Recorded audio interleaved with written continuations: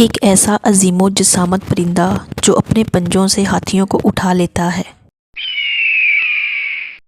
یہ میخ میں پائے جانے والا ایک طاقتور مخلوق جس نے انسانی علاقوں میں تباہی مچا دی، لیکن جب اللہ کے پیغمبر نے اسے بد دعا دی تو اس کا کیا انجام ہوا؟ کیا عربی لوک کہانیوں کا یہ پرندہ سچ میں وجود رکھتا تھا؟ اور وہ کون سے پیغمبر تھے جن کا سامنا اس دیو قامت پرندے سے ہوا؟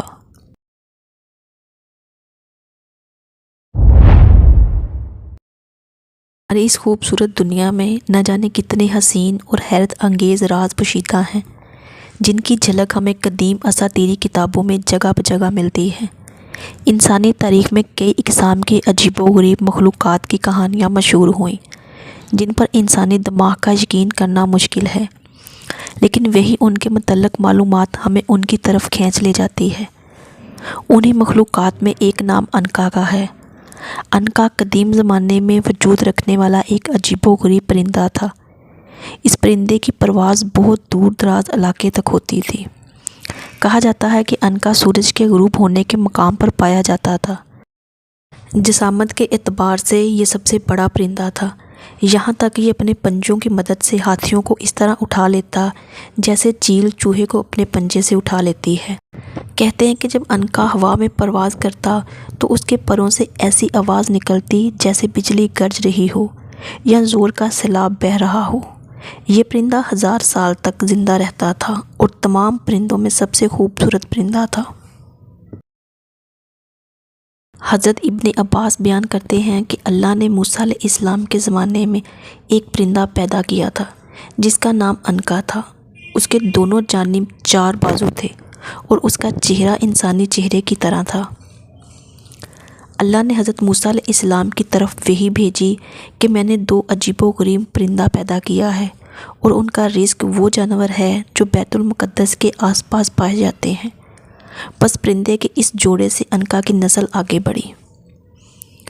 جب حضرت موسیٰ علیہ السلام کی وفات ہوئی تو یہ پرندہ یہاں سے اڑ گیا اور اس نے حجاز کی سرزمین کو اپنا مسکن بنایا۔ روایتوں کے مطابق اس زمانے میں عرب کے شمالی علاقوں میں اہل رس کی قوم آباد تھی۔ اہل رس کے علاقے میں ایک پہاڑ تھا جسے میخ کہا جاتا تھا۔ ان پہاڑوں میں کثرت سے جانور اور پرندے رہتے تھے، جن میں عنقا پرندہ بھی شامل تھا۔ یہ پرندہ اس پہاڑ پر سال میں 1 مرتبہ ہی آتا تھا۔ یہ پرندہ دوسرے پرندوں کا شکار کیا کرتا تھا۔ ایک دفعہ عنقا کئی مہینے تک بھوکا رہا کیونکہ اسے کھانے کے لیے کوئی پرندہ نہ مل سکا، لہٰذا وہ اپنی بھوک مٹانے کے لیے اہل رس کے علاقے میں آ گیا اور بچے کو اٹھا لیا۔ کچھ دنوں بعد دوبارہ اس نے ایک لڑکی کو اٹھا کر لے گیا۔ اس زمانے میں اہل رس کی طرف ایک نبی مبعوث کیے گئے تھے جن کا نام حضرت حنظلہ بن صفوان علیہ السلام تھا۔ لوگوں نے حضرت حنظلہ علیہ السلام سے عنقا کی شکایت کی۔ اس پر حضرت حنظلہ نے عنقا کے لیے بد دعا کی۔ بس عنقا پر آسمانی بجلی جس کی وجہ سے وہ جل کر ہلاک ہو گیا اور پھر دوبارہ کبھی اس نسل کا کوئی پرندہ اس دنیا میں نہ دیکھا گیا۔ مفسرین نے لکھا کہ اہل رس کو اہل رس اس لیے کہتے ہیں کیونکہ وہ جس علاقے میں آباد تھے وہاں ایک کنواں تھا۔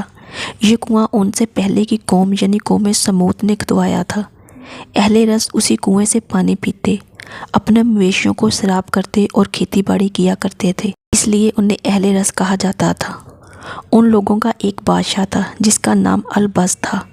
جب اس بادشاہ کی موت ہوئی تو شیطان اس قوم کو گمراہ کرنے کے لیے اس بادشاہ کے جسم میں داخل ہو گیا۔ اہل رس نے بادشاہ کے مردے جسم سے یہ آوازیں سنی کہ میں نہ کھاتا ہوں نہ مجھے موت آئے گی اور میں ہی تمہارا معبود ہوں۔ لہٰذا اہل رس کفر و شرک میں مبتلا ہو گئے اور بادشاہ کے اس مردے جسم کی عبادت کرنے لگے۔ اللہ نے ان کی طرف حضرت حنظلہ علیہ السلام کو بھیجا جن پر خواب میں وحی نازل ہوتی تھی۔ حضرت حنظلہ نے اہل رس کو بتایا کہ بادشاہ مر چکا ہے اور اس میں روح نہیں ہے، بلکہ شیطان اس کے جسم کے اندر داخل ہو گیا ہے تاکہ تمہیں گمراہ کرے، لہٰذا شرک سے توبہ کرو اور کسی کو بھی اللہ کا شریک نہ ٹھہراؤ۔ اہل رس حضرت حنظلہ کی باتیں سن کر آپ کے دشمن بن گئے، یہاں تک کہ ان لوگوں نے آپ کو شہید کر دیا اور اس کنویں میں پھینک دیا۔ لہٰذا اس قوم پر یہ عذاب نازل ہوا کہ اگلے دن وہ کنواں خشک ہو گیا۔ قوم کے لوگ کئی دن تک پیاس سے نڈال رہے، فصلیں سوکھ گئی اور کچھ ہی عرصے میں تمام لوگ مر گئے۔ درندوں نے وہاں حملہ کر کے تمام لوگوں کی لاش کو کھا لیا اور اس طرح اہل رس کا یہ سرسبز و شاداب علاقہ ایک وحشت ناک بیابان میں تبدیل ہو گیا۔ بعض مفسرین عنقا کو صرف ایک افسانوی پرندہ قرار دیتے ہیں اور زمانہ قدیم میں اس کے وجود سے انکار کر دیتے ہیں، اور وہی دوسری طرف دنیا کے بہت سارے اساطیری لوک کہانیاں کلچرز میں عنقا کا ذکر مختلف ناموں کے ساتھ ملتا ہے۔ قدیم مصر کی تاریخ میں عنقا کو اس نام سے بھی جانا جاتا ہے، جس کی فنکاری آج بھی مصر کے کھنڈرات میں نظر آتی ہے۔ مانا جاتا ہے کہ قدیم مصر میں عنقا کا ایک عظیم مندر بھی موجود تھا، جس میں سال میں ایک مرتبہ یہ پرندہ اس مندر میں آیا کرتا تھا۔ ہندو مت میں عنقا سے ملتا جلتا ایک پرندہ گروڈا کا ذکر ملتا ہے، جسے وشنو دیوتا کی سواری مانا جاتا ہے، جو اس کائنات میں کہیں بھی اڑنے کی صلاحیت رکھتا ہے۔ ہندو میتھولوجی میں اس پرندے کو پرندوں کا راجا کہا گیا ہے، جس کا جسم انسان کی طرح ہوتا ہے، جبکہ ہاتھ، پاؤں، پنکھ ایک بڑے باز کی طرح۔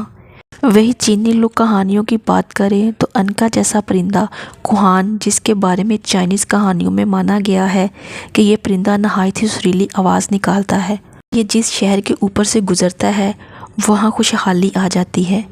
اسی طرح یہودی صحیفوں میں زیز نامی ایک پرندے کا ذکر ہے، جس کے بارے میں کہا جاتا ہے یہ پرندہ جنت کے ایڈن گارڈن میں رہنے والے جانداروں میں ایک تھا اور آدم علیہ السلام کے اس دنیا میں آنے کے بعد جہاں بھیجا گیا۔ جبکہ گریک اور رومن میتھولوجی میں گریف نامی ایک عظیم مخلوق کا ذکر موجود ہے، جس کا جسم شیر کا اور سر پرندوں کی طرح ہوتا ہے۔ قدیم یونانی گریفن کو دولت اور خوشحالی کی نشانی قرار دیتے ہیں۔ گریفن شمال کی پہاڑیوں میں رہا کرتا تھا، جہاں یونانیوں کے مطابق دیوتا سال میں ایک مرتبہ ظاہر ہوا کرتے تھے۔ گریفن ان کے خزانے کی حفاظت کیا کرتا تھا۔ ایک مشہور میت کے مطابق جب سکندر اعظم دنیا فتح کرنے نکلا تو اس طویل سفر کے دوران اس کا سامنا گریف سے ہوا، جسے اس نے پکڑ کر قید کر لیا۔ کہا جاتا ہے کہ سکندر اس کی پیٹھ پر سوار ہو کر 7 دنوں کے ایک سفر پر بھی روانہ ہوا تھا۔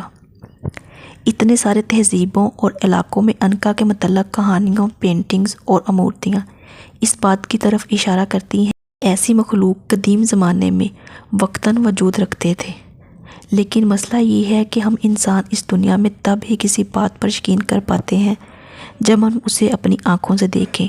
یہاں تک کہ ڈائناسور کے وجود کو بھی ہم انسانوں نے تب ہی مانا جب ہمیں اس کے باقیات ملے۔ لہٰذا ممکن ہو کہ مستقبل میں ہمیں ایسے باقیات مل جائیں جس سے یہ بات ثابت ہو کہ عنقا کا وجود بھی ایک تاریخی حقیقت ہے۔